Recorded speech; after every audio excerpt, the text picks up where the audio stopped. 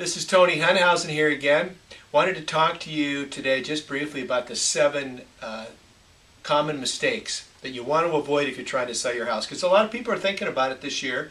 Either they are retiring, moving up, or maybe they're in a difficult situation, they need to do a short sale. In all of these cases, there's 7 things that we can point out that you want to avoid. The first one is pricing your property too high. You want to avoid that. Everybody wants to get the most they can for their property, we know that. But if we price it too high, there are people that aren't going to look at it because it looks too high, and it generally takes longer to sell, and typically if we don't reduce that quick enough, it's going to take not only longer, it will end up selling for less than it would have had you started at the right price. So price your home competitively on an ongoing basis is what we say.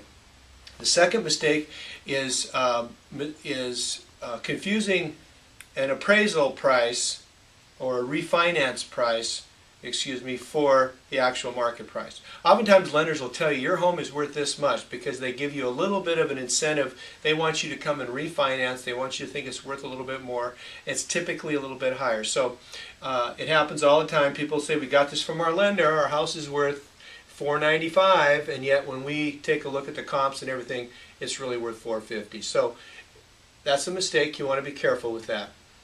Now, another mistake is forgetting to showcase your home. You want to be sure to clean it up, declutter it, get the carpets cleaned, and if the carpets are really old, you might consider replacing them, doing some touch-up painting, or maybe even painting. Painting your front door at least. That's the first thing that they see. Cleaning up the yard, making the house look presentable so that when people come it actually looks its best. That's important.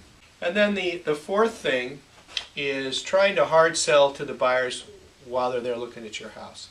The best thing you need to do is just kind of back away and let them look at the house.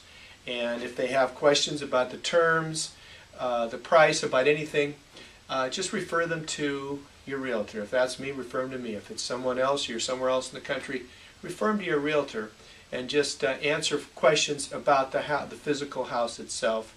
But in terms of the contract, price, all those things, just refer them to your realtor and tell them that that's who they need to talk to if they have those types of questions. The fifth thing is trying to sell the looky-loos. Your realtor will be able to, or any realtor bringing a buyer in, should qualify those buyers by having them pre-qualified, checking out all of the attributes that they're giving you to tell you that they're a qualified buyer, so that you are working with qualified buyers. Oftentimes people who come in without a realtor are 8 to 9 months away from actually buying a house. They're out just looking around. So they're not really ready to buy. So you don't want to waste a lot of time with those kinds of people, and a good realtor can help you avoid that. Number 6 is not knowing your rights and responsibilities with regard to the real estate contract. And that's a big part of where we start to earn our money, is when it comes down to that contract, negotiation, and moving it through escrow. So your realtor can sit down with you and go over that contract. Here in California, it's 10 pages long, and explain it to you and go over all the different things and answer all your questions. And then the last thing is limiting the marketing and advertising. For instance, we don't want a sign in front of the property, or we don't want a lockbox. All of the things that will limit access to your property, those are ways to ensure that you're not going to see all the buyers, because you want to get all the possible buyers that might want a house like yours. You want them all to see your house.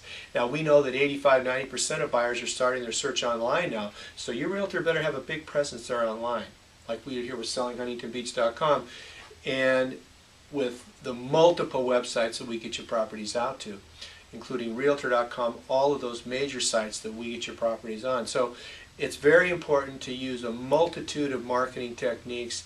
Don't limit your realtor, and listen to him when he tells you the ones that are effective, because some that used to be effective really aren't that effective anymore. So that's the last one.